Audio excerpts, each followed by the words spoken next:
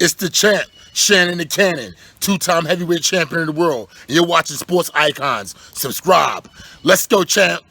Let's go, champ. Let's go, champ. Champ. So Anthony Joshua says that even if he'd have fought Big Baby Jarrell Miller, even on the PEDs, he would have beaten Miller anyway. Which is an understandable thing to say from one point of view, because Joshua, although he's a big lad and very heavy-handed, his boxing skill level was that much above Jarrell Miller that you would probably agree with it. But would he have stopped Miller? There's the thing. Now, I know some people say, well, PEDs, it does things for your body, but it doesn't strengthen your chin. Well, Marius Wack used to take some PEDs that used to strengthen it, as Caddy Sauerland once said. So who knows what these PEDs do exactly. But either way, I think that with just one PED in your system, it's going to give you a bit more of a boost. You have 3 in your system, as Miller did. Joshua would have been pounding away at Miller's body, his head, all night long. Miller would have hit the canvas probably half a dozen times in that fight, kept on getting up and coming forward. And Joshua would have been hearing the Terminator music coming. It really would have done, because Miller would have just kept on coming forward and just soaking up the shots and just keep on pressing forward. And the roid rage would have come out, Miller smash. And that's how it would have been. In my opinion, I think it would have been a 12-rounder.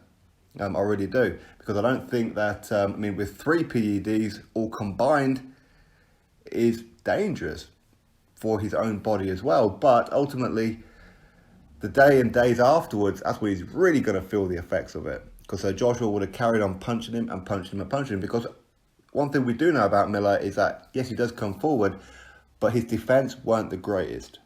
And someone as powerful as Joshua, because he's heavy-handed with both hands, would have caused some serious damage to Miller long term.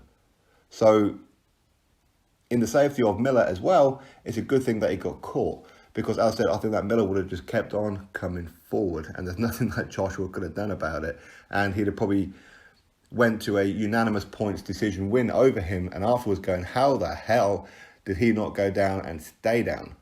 And who knows, maybe Joshua would have started questioning his own power after that one. But anyway, the fight isn't going to happen. Joshua's going to be taking on Andy Ruiz Jr., which is going to be a very good fight. Ruiz Jr., he's got faster hands than Miller. He's a little bit shorter, but he's faster all round, and his boxing ability is so much better. So Joshua is taking on a tougher challenge. And as Ruiz is quite short for a heavyweight, Joshua doesn't really like the short guys too much. They all seem to give him some kind of problems. Not that Joshua's ever really struggled, but they do give him some kind of problems. Joshua likes the taller guys. Why? Because he seems to find the range so much easier, and he didn't have to worry about the speed of him so much, and which is why every time he fights someone really tall, he ends up starching them quite easily. Look at Charles Martin, for example, and Dominic Brazil.